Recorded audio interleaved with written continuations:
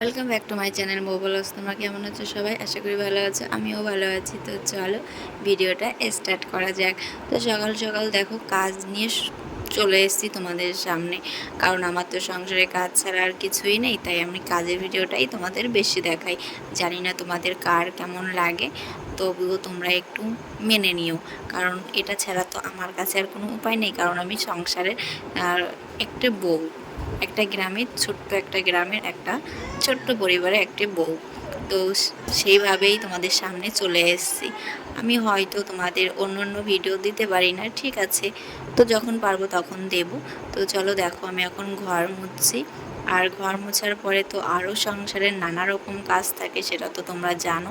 আর যারা করে তারাই জানে যে সংসারের কত কাজ থাকে, একটার পর একটা একটার পর একটা করতেই থাকবে, কিন্তু কাজ তবুও শেষ হবে না। তবে আজকে তোমাদের কাছে একটা আমি কথা বলি, তো কথাটা সত্য কিনা মিথ্যা তোমরা আমার কাছে একটু কমেন্ট করে জানাবে।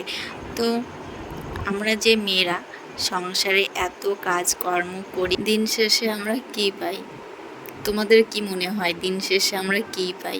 হয়তো অনেক কিছু পাই, সেটা হয়তো আমরা মুখ ফুটে বলতেও পারি না। তবে ঠিক আছে, চলো সংসারের জন্য করছি, মেনে নেওয়া যায়। তবে একটা কথা বলো তো, তুমি তোমার স্বামীর জন্য নিজেকে অনেকটা বদলে ফেলেছো, কিন্তু তোমার স্বামী কি তোমার জন্য বদলাতে পেরেছে একটুও? একটু ভেবেচিন্তে বলো তো।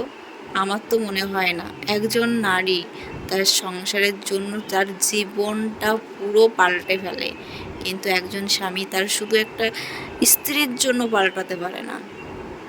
জানি না কেন, এটা ভেবেই কষ্ট লাগে মাঝে মাঝে, যে একটু পরিবর্তন হলেও তো হতে পারে, তাই না?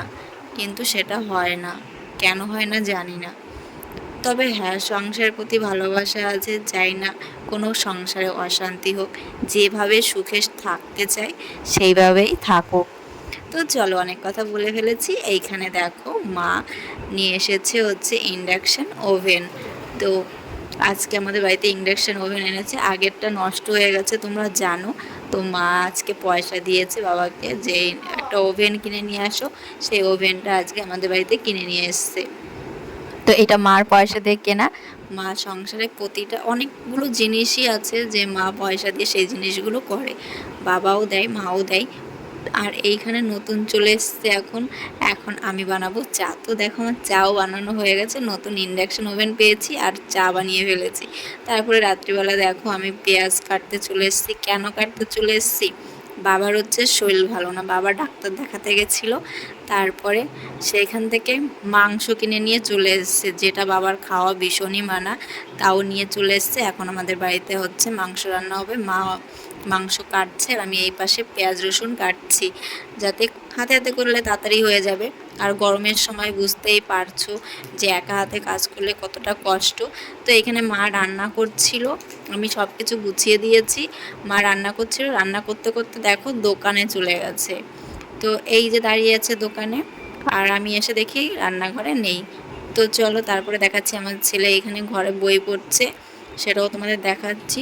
তো ভিডিওটা আমি আর বড় করছি না, ভিডিওটা যদি ভালো লাগে লাইক কমেন্ট শেয়ার সাবস্ক্রাইব করে দিও, আর যারা ফেসবুক থেকে দেখছো তারা ফলো করে